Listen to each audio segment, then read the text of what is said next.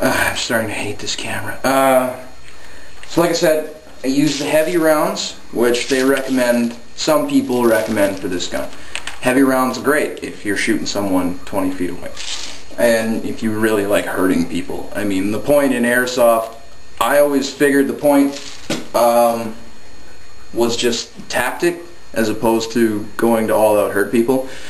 Don't get me wrong, I mean, I like going out and hurting people. There's a time and a place for it, right? It's a good vent. Nothing like, oh, stressful week at work, go shoot somebody in the back of the head with an airsoft gun. You'll feel better. Especially when they're rolling around like, ah, why did you do that? And I'm like, oh, come on, Mom, seriously. So anyway, what I use for this gun instead of the 20 gram or 0.20 gram is these. They're 0.12 gram. The company, like the manual for the gun, recommends 0.12 gram. These aren't just 0.12 gram. These are what you call, the hell do you call them? Supersonic rounds. The stupid name. It's a cheesy name, if anything.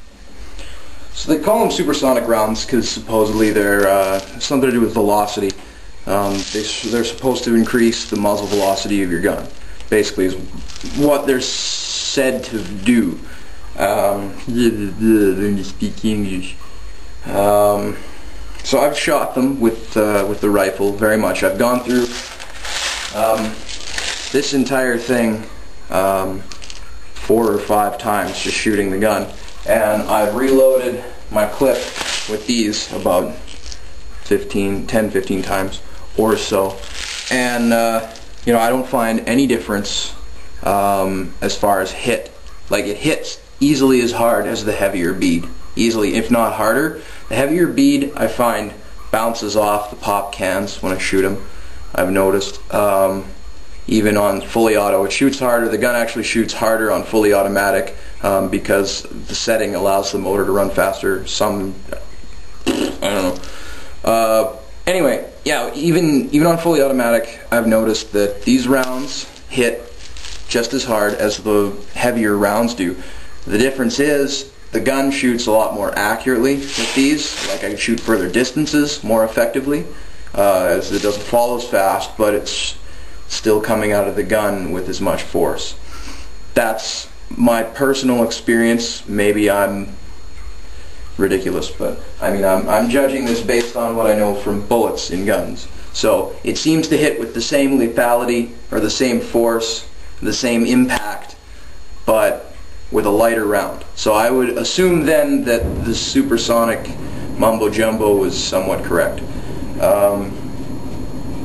So that's what I have to say about that. Overall review of the gun: great gun, fantastic, very cheap gun.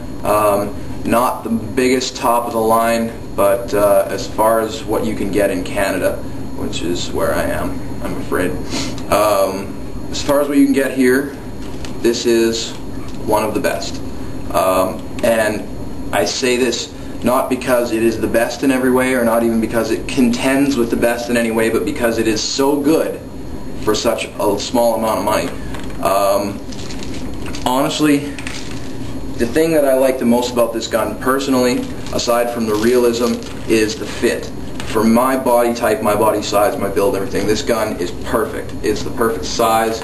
I consider myself average size and build. I'm about 6 feet tall. I'm, you know, about 180 pounds or so. And I feel like this gun fits me perfectly in every way, and I love it. I love that about it. Yeah, so good gun. It could be a little heavier.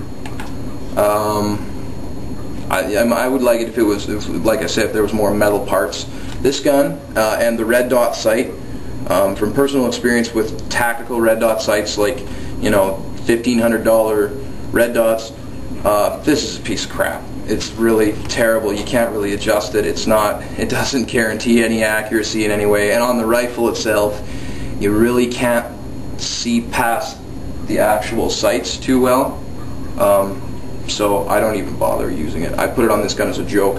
I'd probably throw this gun out of a vehicle window just to watch it explode on the pavement, because I think it would be funny. But I keep it around because you never know when you're going to need an extra pistol. I mean, it's nice to carry 4 or 5 pistols at once in a game, because then, you know, especially like one like this, right? You know, you run out of rounds or something and you have to resort to pistols for close combat. You just take it out, you expel the rounds, toss it, grab the next one, expel the rounds, toss it, and then go back later. Yeah, that's what I do sometimes.